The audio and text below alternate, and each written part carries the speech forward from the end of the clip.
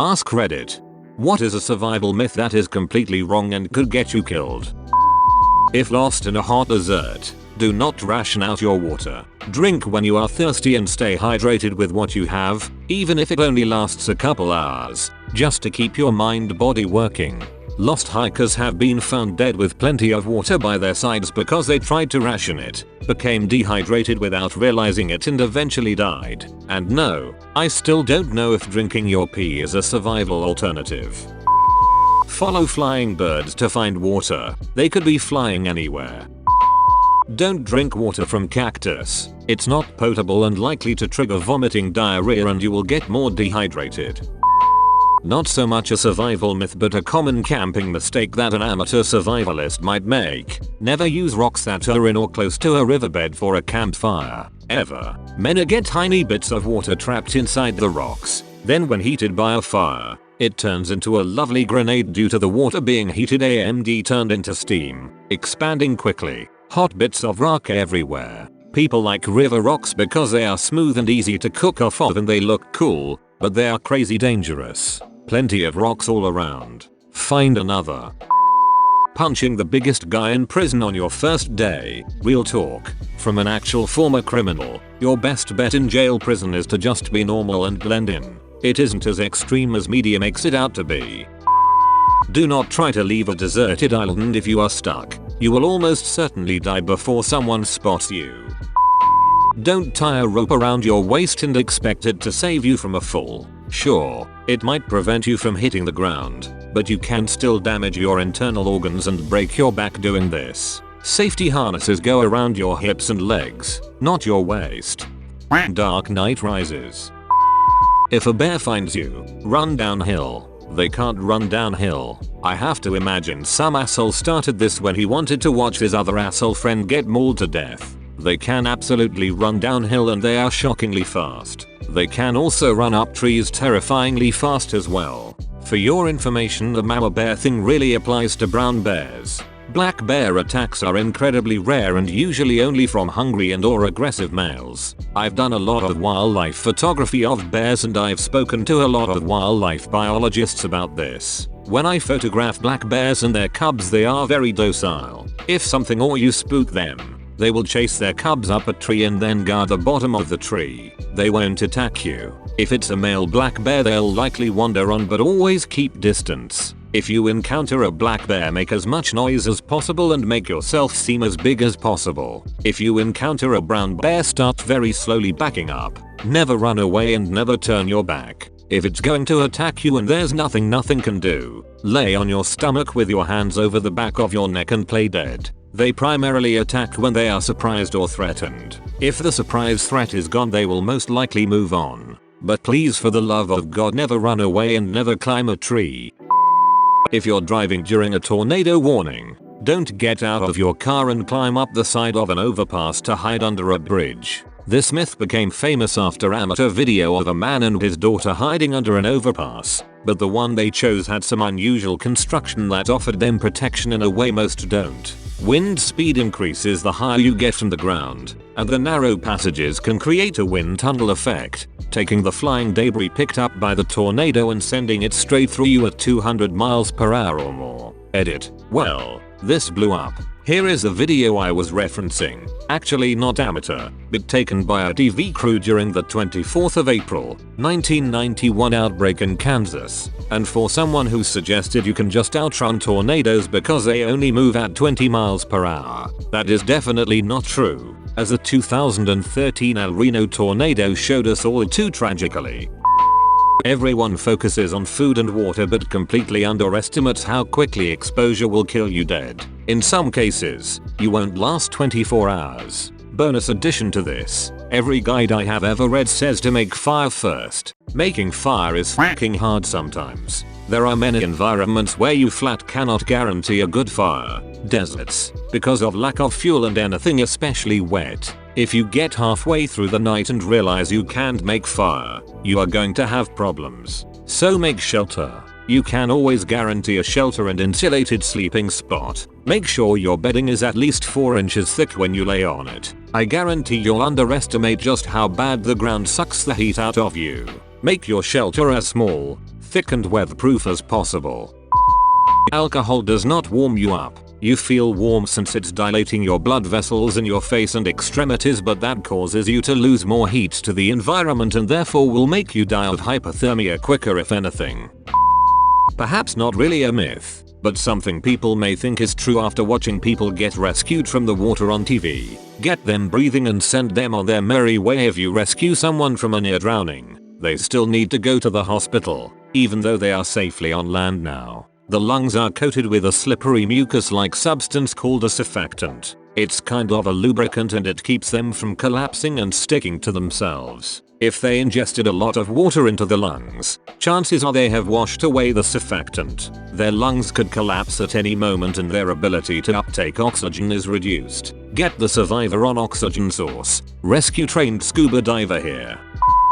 I don't know if this counts as survival myth, but you don't actually have to, and probably shouldn't, wait 48 hours to report someone as missing. Those first hours are crucial, so report someone as missing immediately, especially if it's a child. Missing children are at high risk during the first 24 hours, especially if abducted. In 76% of child abduction murders, the victim was dead within 3 hours. 88.5% were dead in the first 24 hours. Zigzag to escape an alligator. Alligators can turn, but will only run in short bursts. Just run as fast as you can. Fun fact, alligators only run for short durations because the way they wiggle when they run compresses their lungs so they can't breathe while running. Another fun fact, same.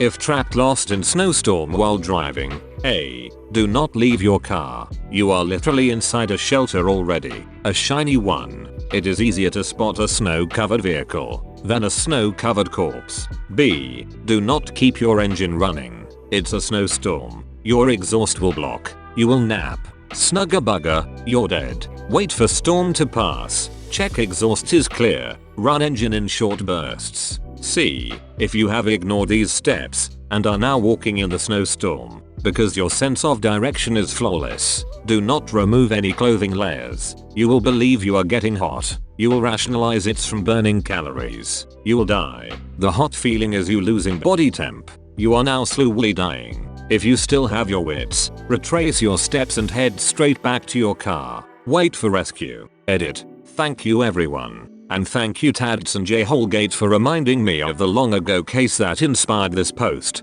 the death of James Kim. Mr. Kim's death is actually described in C. In case anyone's wondering, they actually did do many things correctly. After getting lost, I think Mr. Kim left the vehicle out of panic for his family. Nothing makes you fear death more than finally having a life you would die for. While he died, his wife and child lived because they stuck to the car and left many visuals for helicopter pilot John Ratcher to track. I have never believed in pointless lives or deaths nor coincidences. Pilot discovered location on a hunch. I frankly believe Mr. Kim's death may have already saved enough lives to formally make his death a noble one. Edit 2. Awesome find. Mikata photo. Do not wander off to look for help.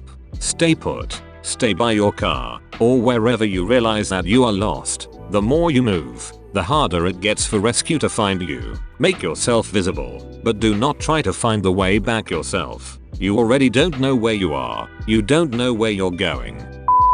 That you can easily disarm someone holding you at gunpoint. Not taking the brace position on planes. Please, for the love of God, just brace. It will save you. What if I physically can't because the seat in front of me is too close and I'm too tall? It was nice knowing you.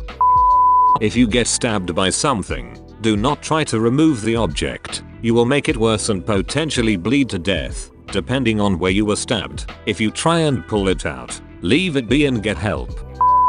Punching a shark in the nose. Have you seen a shark nose? It's slippery and angles down into 3 rows of teeth. Go for the eyes if you need to, but mostly avoid acting like a wounded seal. If you flail around like "ah fuck it's gonna eat me," the shark will feel obliged to do so. "Ah fuck, I guess I'll eat you." When you're in a cabin in the woods and you hear a strange sound outside, do not go investigate while saying hello. Who's there, especially taking no flashlight, weapon or a buddy. That's how horror movies start. Do you know how to tell a city person from a country person? A city person goes out to investigate the weird noise. A country person stays inside where it's warm and there's no weird noises. The weird noises can stay outside where they belong. If you're unfortunate enough to be in a bank whilst an armed robbery is underway, don't be a hero. The banks are insured and the money can be replaced. Your life can't be replaced. Just because the robbers didn't go into the bank with the intention of killing anyone doesn't mean they still won't if spooked challenged. A living witness is better than a dead hero. We did robbery training when I worked in a casino. Didn't need to be told not to give a fuck about people taking money that doesn't belong to me, that's for sure. Wait until you hear the freight train sound to go to the tornado shelter. I was always told as a kid, if you can't hear it you're alright. At 20 years old I was caught out in the woods with a few friends thinking we had 10 to 15 minutes to get back to the truck after the tornado warning went out. 3 minutes after the warning we heard what sounded like a freight train and this loud, hissing sound. Like 1,000 rattlesnakes. Within 30 seconds we were watching trees get plucked up into the air. We all made it out alright. Luckily there was a large ravine that was dry that time of year and we scrambled into it and flattened out, gripping to each other and rocks for dear life. It took 30 seconds from the time we realized it was in front of us till it was on top of us. Later in life I watched a F3 touchdown. Because how tornadoes spin and the earth spins. And I was traveling at 75 miles per hour down a highway. I thought I was running alongside it, about 1 mile from it. I couldn't hear it. I could see trees and barns going up into the air with it.